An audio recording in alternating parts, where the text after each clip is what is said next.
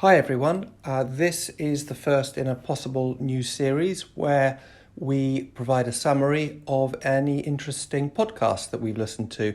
I listen to quite a few as I'm doing my morning routine. There's quite a lot that comes up that I thought people would find useful.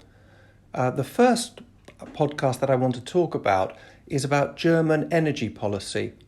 And this was a podcast produced by Bloomberg under their Odd Lots banner, which is a fun podcast where a couple of bright people who are not particularly specialist in a particular topic interview someone who is a specialist in that. So you get lots of interesting questions and insight from the perspective that you yourself might have.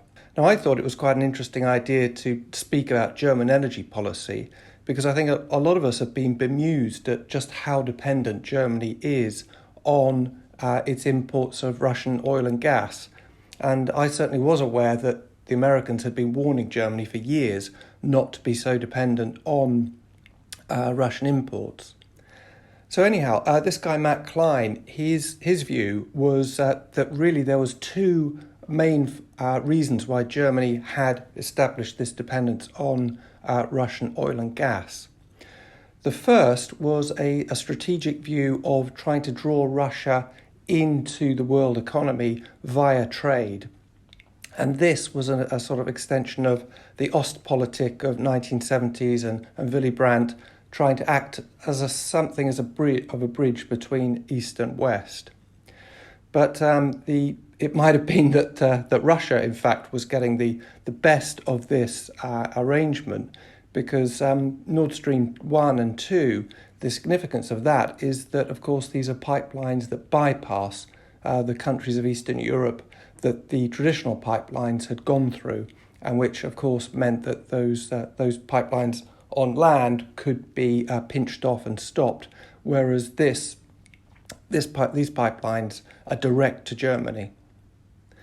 But the second and, in a sense, more interesting reason that Matt Klein suggested that Germany had become so dependent on Russia was really as a consequence of German fiscal conservatism. His view was that after the reunification of West and East Germany, there was a very strong reaction against all the money that had been put into the East and seeing it as being largely unproductive. And that this led to a view in Germany that investment needed to be clamped down on, public investment that is, and that this view was turbocharged by preparations for Germany to join the euro. I think we'll all remember the 3% Maastricht debt limit, and of course it's easier to meet a debt limit by cutting investment spending than it is from cutting day-to-day, everyday current expenditure. And I think perhaps many of us will also be aware that Germany introduced a debt brake, permitting only incredibly small budget deficits, and that this was introduced as much by the German left, the SPD, as by the German right.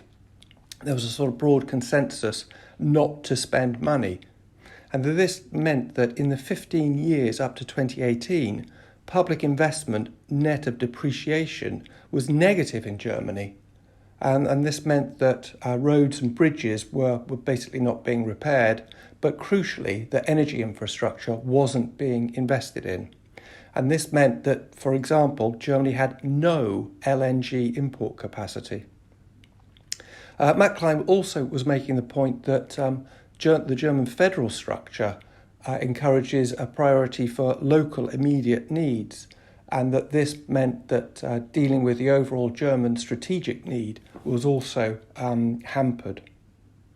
There was a couple of other points that Matt made in the podcast, really about Germany's response after Putin's war and his invasion of Ukraine, pointing out that the Greens had been actually quite hawkish on Germany's attachment to Russia, and obviously they've been negative on the nuclear stations. But his view was that the Greens were actually showing signs of accepting that the nuclear reactors may have to be restarted. A couple of other more oddball points that Matt was raising was, well, look, if Russia is exporting its oil and gas and it's getting dollars or euros, why are those dollars and euros not being frozen if central bank dollars and euros are being frozen? He was also pointing out some other points of general interest, pointing out how much gas prices vary hugely across the world, because unlike oil, the transport issues are massive. So gas prices in Europe, of course, are about 6 times higher than they are in the States. Matt was also pointing out how Russia lacks the technical capacity to expand its pipelines. This, of course, is a big issue as people think that Russian oil and gas might be going to China or India instead. But he was saying logistically that is very difficult. And he also pointed out that Nord Stream 2 was actually a joint venture with European companies. He also observed that the World Bank's Russian exposure was done mostly via its local subsidiaries. So he thought that if there was expropriation happening, then actually it was local depositors rather than the World Banks which would actually take the hit. He also pointed out that he thought that Russia had been encouraged in its behaviour in Ukraine by, in a sense, the lack of response to the 2014 invasion of Crimea. So there we have it, everyone. That's a very brief summary of what I found interesting in that podcast. I think we'd all find it interesting to get some feedback from you. Is this section interesting? Is it useful? Is it too brief? Is it too long?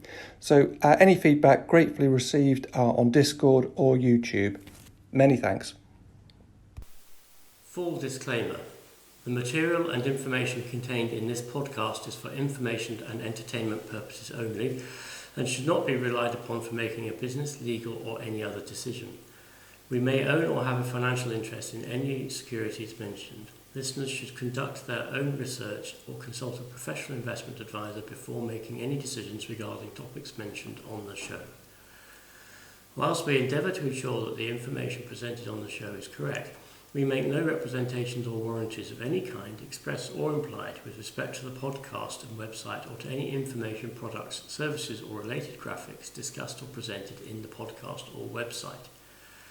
Any reliance you place on such material is strictly at your own risk. You are solely responsible for the investment decisions you make. We will not be responsible for any errors or omissions in the podcast or website, including in articles or postings, for hyperlinks embedded in messages, or for any results obtained from the use of such information, nor will we be liable for any loss or damage, including consequential damages, if any, caused by a reader's reliance on any information provided by the podcast or website. Please do not listen to the podcast if you do not accept self-responsibility for your actions.